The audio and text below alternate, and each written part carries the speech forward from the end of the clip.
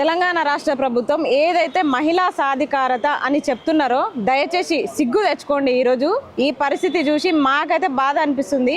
12:30 కావస్తుంది. ఈ టైంలో ఆడబిడ్డల్ని పోలీస్ స్టేషన్లకి రోడ్ల పైన కన్నీరు పెట్టుకుంటూ తిరిగే పరిస్థితి తెచ్చిన రాష్ట్రాన్ని మహిళా సాధికారత రాష్ట్రం అని ఎట్లా అంటారు?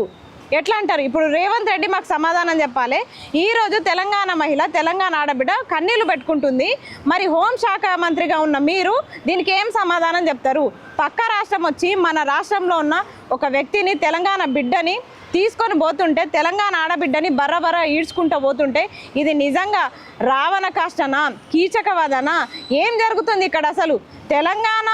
తెలంగాణలో ఒక జర్నలిస్టు ఇంత అరెస్ట్ అయ్యి ఇంత ఇబ్బంది పడుతుంటే, ఆడబిడ్డ ఇబ్బంది పడుతుంటే, వాళ్ళ కుటుంబం బాధపడుతుంటే కనీసం ఇప్పటికీ స్పందన లేదు.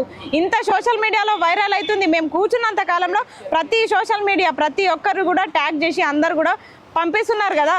మరి పార్టీలు, ప్రతిపక్ష పార్టీలైనా అన్ని పార్టీలైనా ఎందుకు స్పందించట్లేదు? కేవీఆర్ అన్నకి ఏమన్నా జరిగితే మాత్రం ఆ బాధ్యత మొత్తం చంద్రబాబు నాయుడుదే. ఖచ్చితంగా లోకేష్ అలాగే పవన్ కళ్యాణ్ మీరందరూ కూడా బాధ్యత వహించాలి. ఎందుకంటే ఇంతకుముందే 3rd డిగ్రీ చేసిరు, ఇప్పుడు ఏం చేస్తారు అనేదే మా భయం. ఇప్పుడు కాల్పులని ఒక వార్త, ఈడ నిలబడే ఉన్నాం, కాల్పులని వార్త వచ్చింది. అసలు ఎవరు అనుకోవాలి, ఏమనుకోవాలి? కేవీఆర్ అన్న సురక్షితంగా రేపు ఖచ్చితంగా ఇంటికి రావాలి. కుటుంబానికి సురక్షితంగా కనిపించేదాకా వాళ్ళకి కునుకుండదు, కంటి మీద కునుకుండదు. దయచేసి ఒక ఆడబిడ్డ అర్థం చేసుకోండి. ఎందుకంటే ఇంకెన్ని రోజులు మా మీద దాడులు చేస్తారు?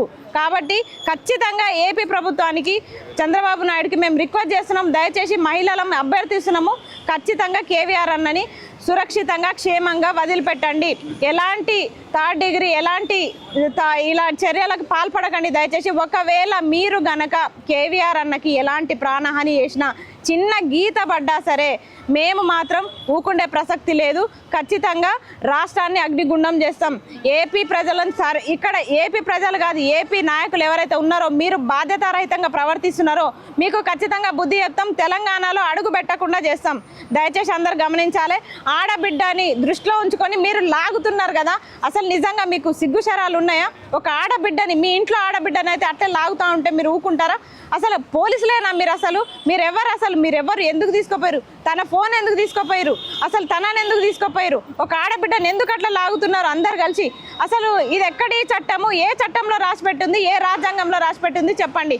ఆడబిడ్డని అట్లా మీరు మగాళ్ళు అంతమంది కలిసి చేతులు పెట్టి లాగుతూ ఉంటే తనని విసిరేస్తారా? ఇది ఎక్కడ అన్యాయం చెప్పండి. కాబట్టి కేవీఆర్ అన్న సురక్షితంగా మా తెలంగాణకు రావాలని చెప్పేసి మేము డిమాండ్ చేస్తున్నాం.